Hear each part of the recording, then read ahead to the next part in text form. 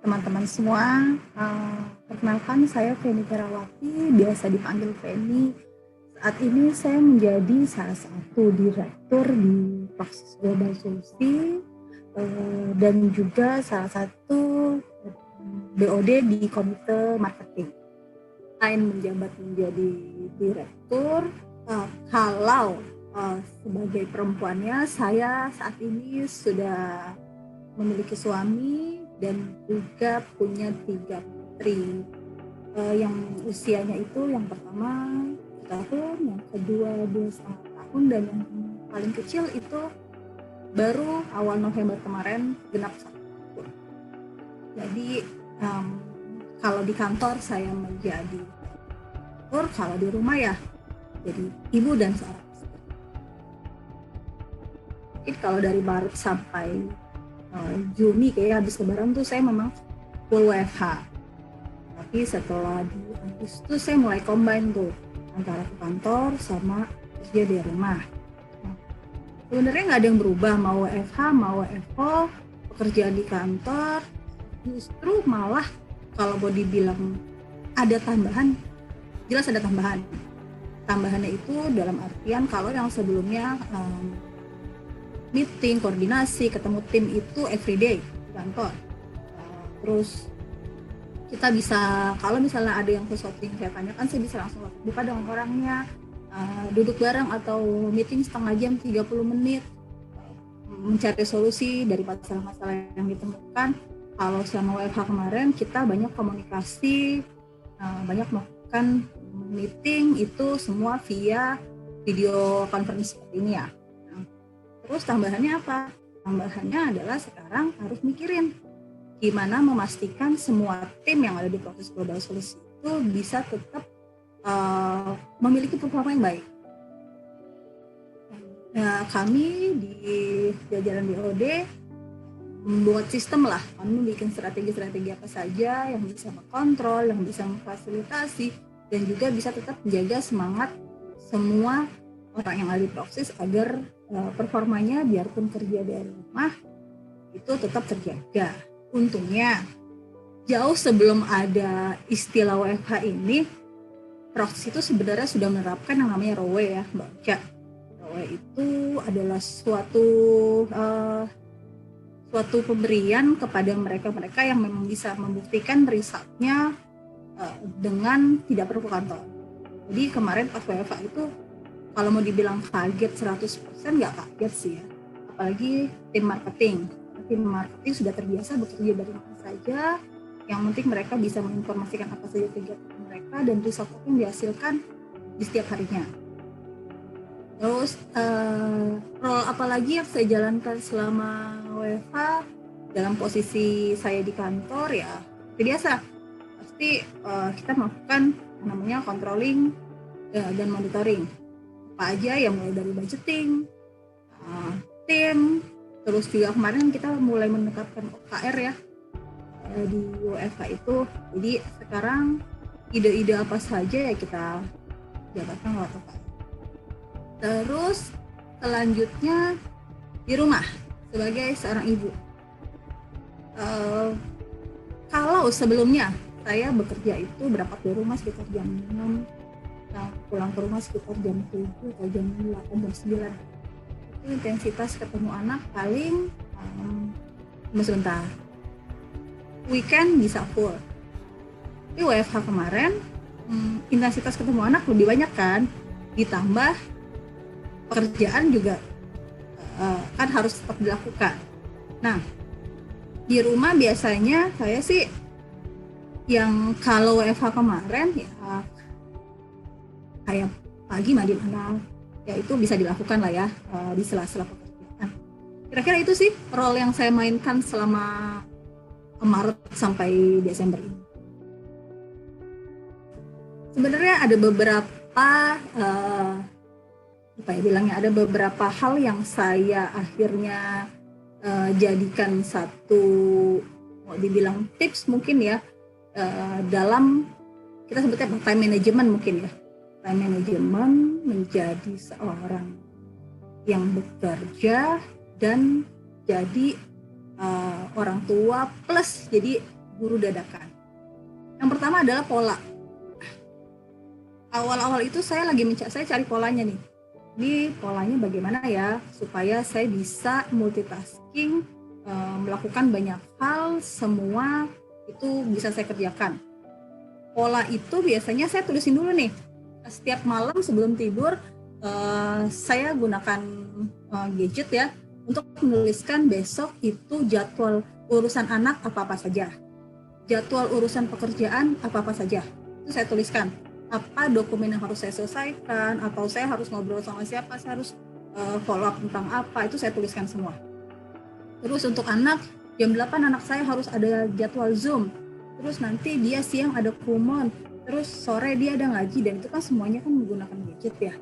Nah, nanti saya lihat, karena anak yang di rumah itu masih perlu butuh bimbingan, jadi saya akan lihat nih, di jam mana-mana saja yang mungkin saya akan meninggalkan sebentar pekerjaan saya untuk mendampingi anak saya mengerjakan tugas-tugas dari sekolahnya via online, les, dan juga dia ada kelas ngaji sorenya.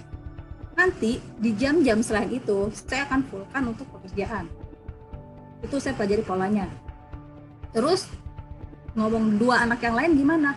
Nah itu juga saya pola. Jadi mandi 6:30 itu mereka udah mandi. 6:30 ya paling lama sih mereka, karena kalau orang tuanya sudah bangun pasti biasanya ikutan bangun ya. Jam 7 tuh mereka sudah mandi, sudah makan. Jam 8 nanti dia jalan-jalan sama neneknya.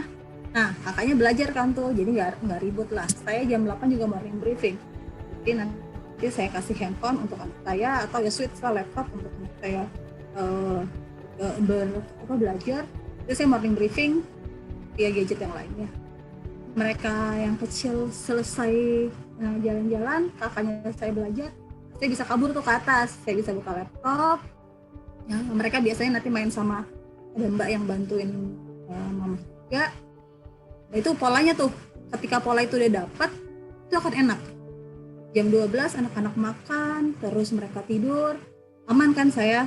Jadi kakaknya juga kumon, jadi nggak akan terganggu. Sore ya sama, mereka mandi. Nah, nanti saya kalau misalnya neneknya repot ya saya bantuin mandi juga. Setelah itu saya balik lagi bisa kerja. Kalau itu pertama pola. Nah, yang kedua adalah harus disiplin sama waktu. Kalau waktunya mundur, pasti nanti ada aja yang kebentar. Ya, nah itu kalau mau dibilang pernah kejadian, pernah kejadian, dan yang memang harus ada yang dikorbankan. Saya nggak bisa menjadi orang yang menyenangkan semua orang. Tinggal bagaimana set prioritasnya. Kalau ditanya pentingin mana nih, anak atau pekerjaan, saya akan lihat dulu urgensinya apa. Karena buat saya, tim saya itu udah saya anggap sebagai anak. Yang membedakan adalah anak-anak di rumah itu anak-anak yang masih dalam tahap perlu didampingi. Kalau yang di kantor, mereka sudah anak-anak dewasa, sehingga bisa didelegasikan tugas dan tanggung jawab. Kita lihat juga, kalau misalnya memang ternyata urgensi anak-anak saya di kantor lebih penting, saya akan yang kedua nih, berkomunikasi. Itu penting banget, komunikasi dengan orang sekitar. Komunikasi dengan orang tua saya, komunikasi dengan suami, komunikasi dengan orang kantor, supaya masing-masing pihak tersebut tahu bahwa saya ada kepentingan seperti ini. Itu yang kedua, berarti komunikasi. Kalau miss aja komunikasi, efeknya kemana-mana. Ya nanti orang tua menganggapnya kok kamu nggak ngurusin anak ya, karena memang banyak, dan saya pun mengalami, menurut orang tua saya di awal-awal WFA itu, kalau lu di rumah terus lu nggak berpakaian rapi, cuman kerja dari handphone, itu kayaknya nggak kerja. Tapi kan padahal dengan handphone pun sebenarnya saya pribadi melakukan aktivitas pekerjaan. Akhirnya saya menginformasikan ke orang tua bahwa tidak selamanya memang harus menggunakan pakaian rapi ketika di rumah gitu. Terus katanya dia ya informasikan aja, beritahu ke suami pun seperti itu, karena suami pun berkata juga ya saya komunikasikan, kamu ada meeting nggak? Saya jam segini ada meeting, bisa tolong bantu jaga anak-anak, Orang kantor pun begitu. Bila tiba-tiba anak saya sakit atau tiba-tiba terjadi hal yang ya anak jatuh, itu saya bilang langsung, saya informasikan bahwa mohon maaf sebentar ya, kalau misalnya yang di tengah-tengah meeting ya saya akan izin entah itu matikan kamera atau meninggalkan meeting. Tapi kan untungnya gini sekarang, ini aja kita kan ada menu record, jadi kalau meeting kantor atau ada ya rapat mingguan ya, itu saya bisa mendengarkan kembali hasil meeting tersebut. Jadi nggak ada istilah bahwa, aduh tadi saya skip meeting ya, terus gimana ya? Itu bisa saya dengarkan kembali, dan saya biasanya melakukan hal tersebut di setiap Jumat. Jadi saya akan minta ke PIC-nya, meeting-meeting yang saya skip itu saya akan minta linknya, dan saya akan biasanya sekitar 2-3 jam sih itu mendengarkan meeting-meeting tersebut, lalu bikin summary dari masing-masing meeting yang saya ketinggalan. Yang ketiga itu adalah harus benar-benar apa istilahnya ya, komitmen bahwa saya harus bisa kalau mau dibilang balance, mungkin nggak akan pernah balance sih, pasti akan ada yang terkorbankan. Cuma selama kita berkomitmen bahwa yang saya lakukan ini adalah untuk memberikan kebaikan tim saya, untuk anak saya juga, untuk keluarga saya, itu pasti ya, belief saya sih sampai saat ini saya selalu diberikan kemudahan untuk mengatur waktu tersebut. Karena ya justru ya kalau akhir-akhir ini malah yang saya lihat memiliki masalah dengan keadaan pandemi ini justru anak-anak saya yang sudah pada dewasa ini. Mereka ada yang kelelahan WFH, ada yang sudah merasa sangat-sangat jenuh dan sangat-sangat bingung untuk menghadapi keadaan-keadaan WFH ini. Nah, biasanya pendekatan saya sih kalau ada tim yang seperti itu, saya akan one-on-one ke dia. Karena jujur, saya sendiri itu mengalami masa-masa di mana saya sudah muak banget sama yang namanya, aduh meetingnya pakai video conference lagi ya. Aduh, nggak bisa apa keluar gitu, nggak bisa apa kita ketemuan aja meetingnya, nggak bisa apa kita gimana kayak kita cari tempat yang nggak ada PSBB-nya yuk biar bisa ketemu gitu, 4 atau 5 orang kan kayaknya nggak masalah deh, yang penting kita sama-sama sehat. Terus saya mengalami hal-hal seperti itu sampai di titik akhirnya saya bilang bahwa yang penting protokol kesehatan dijalankan. Bukan saya bilang bahwa ini ya, bahwa misalnya saya mengabaikan protokol kesehatan, justru saya pribadi memiliki risiko yang sangat besar dan harus benar-benar menjaga kesehatan. Karena kenapa? Anak-anak saya di rumah kan berpotensi sangat besar kalau saya tidak menjaga protokol kesehatan saat saya berada di luar. Nah, untungnya sih akhirnya ya sampai saat ini sih saya aman. Alhamdulillah diberikan kesehatan, bisa beraktivitas, bisa ketemu tim juga, dan ternyata memang itu obat, itu salah satu remedi buat WFH, ketemu orang. Dan itu yang saya sampaikan ke tim-tim saya yang mengalami masalah dengan WFH. Coba ke kantor deh, coba berinteraksi dengan rekan kantor supaya kalian memiliki kembali rasa-rasa yang hilang. Itu sih yang saya sampaikan ke beberapa. Pertama kali kepikiran saya adalah, saya udah jadi ibu ya, tapi Casey masih banyak dibantu oleh ibu saya sendiri deh. Maksudnya, wah, iya, kalau orang tua saya, mamah gitu ya, ibu juga saat ini nggak ada, wah, ini apa kabar nih kerjaan? Nggak mungkin nih kejadian nih kita di wawancara seperti ini, mungkin nggak kejadian ya, karena pasti saya lagi bingung nih, anak di rumah 3 dititipin mbak, pasti worry-nya akan berbeda. Jadi kalau yang mau saya sharing terkait tentang hari ibu itu sebenarnya gini, saya salah satu yang bisa dikatakan mengatakan beruntung karena anak-anak saya dijaga langsung oleh ibu saya di rumah. Oke. Tapi yang satu yang saya ada perempuan lain atau ada ibu lain yang memiliki posisi bekerja dan anaknya tidak dijaga langsung oleh ibunya, entah itu lewat pakai pengasuh atau dia terpaksa harus menjaga sendiri anaknya dan WFH di rumah. Saya yakin perempuan tersebut pasti akan diberikan kekuatan tersendiri oleh Tuhan. Dan begitu pun ibu-ibu yang memang full menjadi ibu rumah tangga. Kalau mau dibilang mungkin saya pernah ngobrol sama teman kuliah saya, dia bilang hebat ya bisa bekerja, terus anak di rumah ada 3. Jadi memang kita nggak bisa bilang ibu di rumah menjadi ibu rumah tangga itu adalah hal yang susah, menjadi bekerja itu juga hal yang susah, karena masing-masing peranan yang dipilih oleh masing-masing perempuan, mau dia full mommy, mau dia menjadi bekerja dan mengurus anak, itu adalah keputusan-keputusan yang memang pastinya sudah diambil dengan seksama dan punya konsekuensi yang berbeda-beda. Jadi gak akan pernah yang namanya bisa kalau misalnya mau diperbandingkan bagus mana, jadi full mommy atau menjadi yang bekerja. Itu pilihan, punya konsekuensi masing-masing, punya risiko masing-masing, tapi yang harus kita hargai adalah proses yang dilewati dari masing-masing. Karena kalau dibilang saya disuruh mengerjakan pekerjaan rumah, saya bisa, tapi pasti tingkat kelelahan dan tingkat emosional saya akan menggebu-gebu karena saya tidak terbiasa melakukan tersebut.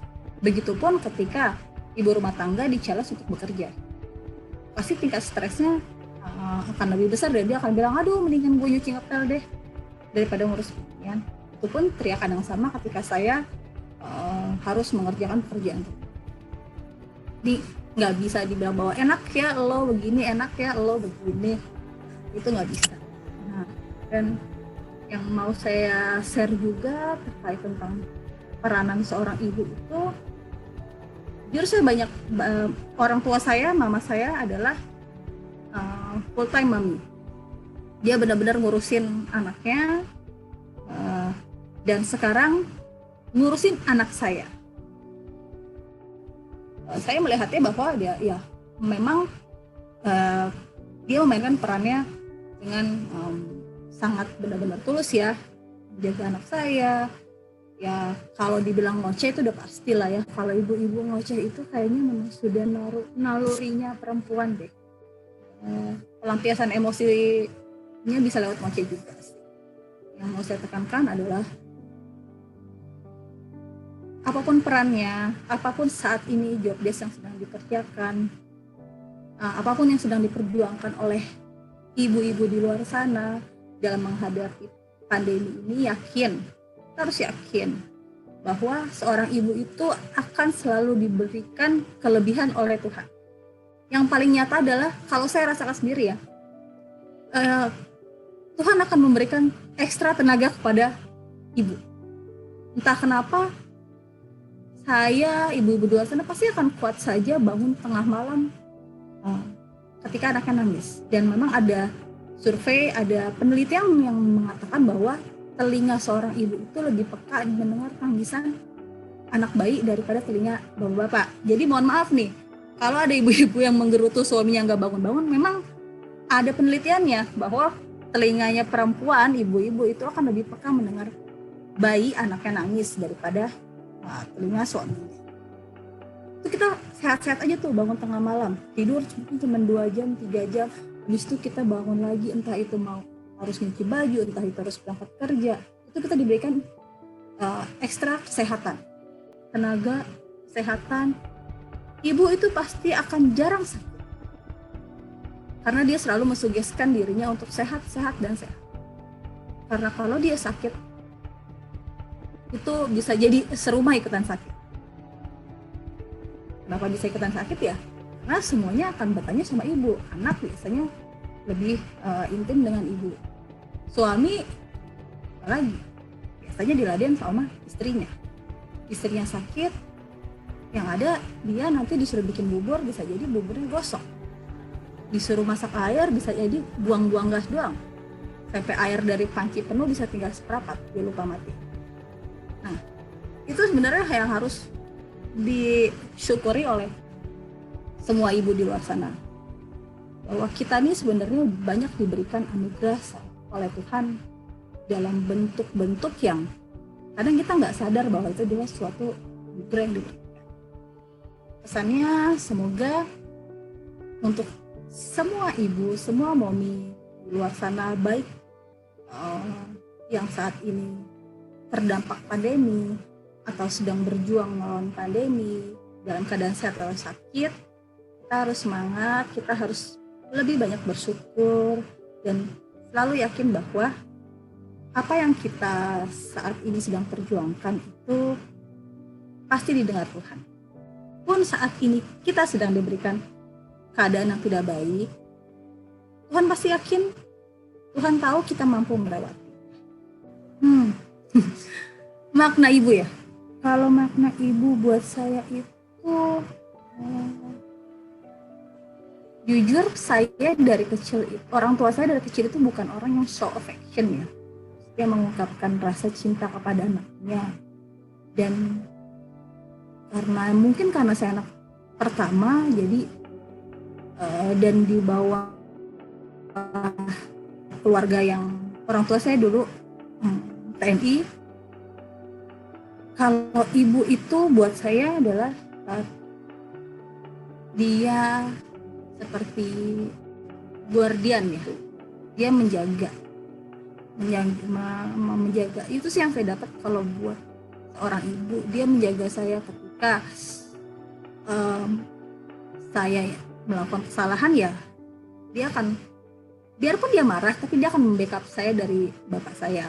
Mungkin karena dia takut ya, bapaknya tentara nih. Ini kalau ketahuan anaknya bandel, dilempar galon nih sama bapaknya, galon ada isinya lagi ya. Dia selalu berusaha memperlihatkan bahwa anaknya itu adalah anak yang baik di mata suaminya. Itu yang selalu saya dapatin. Biarpun di belakangnya saya juga dimarahin ya, dicubit dan segala macam itu, tapi di depan bapak dia akan selalu memperlihatkan bahwa saya itu anak yang baik. Dan dia selalu bilang bahwa gini, kalau kamu hancur, mama hancur. Kamu sedih. Itu saya mikir dulu nggak ngerti kenapa dia harus ikutan sedih kalau saya yang sedih. Bukannya dia harusnya membahagia, maksudnya menghibur saya gitu. Kalau saya hancur, kenapa dia ikutan hancur? Kan yang hancur saya. Saya baru dapat jawaban itu ketika saya punya anak. Terus tiba-tiba omongan saya dibantah sama anak saya yang pertama, saya baru tahu, oh ini rasanya. Bukan nangis kan. Ternyata apa yang saat itu mama saya bilang, kalau betapa hancurnya hati seorang ibu kalau dibantah sama anaknya, saya ngerasain ternyata kayak gini tuh rasanya ketika dibantah. Saya merasa berapa banyak dosa saya berarti selama itu membantah omongan orang tua saya gitu. Nah, saya merasakannya ketika saya bener ya. Nah, mulai saat itulah saya langsung berpikir bahwa apa yang dulu saya lakukan suatu kesalahan ke mama saya usahakan anak-anak saya tidak melakukan hal serupa, baik ke saya, ke bapaknya atau ke lingkungannya. Jadi belajar dari kesalahan saya pribadi, saya pasti membangkang apa yang semua orang tua saya bilang. Saya akan selalu counter dengan pertanyaan yang membuat mereka kadang kebingungan untuk menjawabnya. Dan itu kayaknya sih nurun sih ke anak pertama saya. Cuman saya sekarang agak lebih wise karena saya tahu efeknya apa kalau misalnya saya jawab tidak dengan sempurna. Jadi ke anak saya sekarang saya harus bisa benar-benar memilih kata-kata menjawab pertanyaan anak-anak zaman now itu. Kalau mau dibilang memberikan influence ya, itu jelas karena saya tahu bagaimana dia struggle-nya mulai dari menyekolahkan saya sampai saya lulus satu, gimana perjuangannya, saya tahu persis. Jadi kalau mau dibilang yang saya tetapkan adalah bahwa kalau dia aja dengan segala situasi ekonomi yang dihadapi saat itu mampu, saya harus bisa membahagiakan anak saya lebih dari yang dia lakukan, plus membahagiakan dia di hari itu. Satu-satunya alasan bisa menangis sih saat ini yang saya temukan adalah ya, menangis sedih ya. Kalau menangis bahagia sih bisa lahiran atau dengan suatu achievement itu bisa nangis lagi. Tapi kalau nangis sedih itu ya keluarga sih buat saya bisa menangis. Oke, salam penutupnya untuk semua yang nanti melihat video ini, selamat Hari Ibu.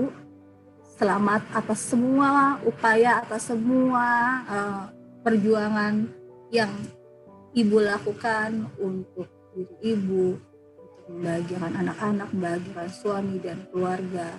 Dan jangan pernah patah semangat, jangan pernah putus asa, karena memang peran ibu itu adalah peran yang sangat dikhususkan oleh Tuhan. Berbahagialah kalian yang memiliki peran tersebut. Happy Mother's Day. Untuk wanita umum yang saat ini belum menjadi ibu, pesan dari saya adalah sebisa mungkin bahagiakan ibumu. Sebisa mungkin ikuti saran-saran beliau. Pun memang ada saran dari orang tua ibumu yang tidak berkenaan denganmu, coba diresapi dulu maknanya. Karena memang saat kita belum menjadi ibu itu kita tidak akan bisa membayangkan atau tidak bisa menelaah dengan baik kenapa ibuku menyuruhku seperti ini, kenapa aku dilarang. Jadi kalau selama kalian masih memiliki ibu, untuk semua perempuan di luar sana, manfaatkanlah itu, jadikanlah itu ladang pahala untuk kalian. Bahagiakanlah ibu kalian.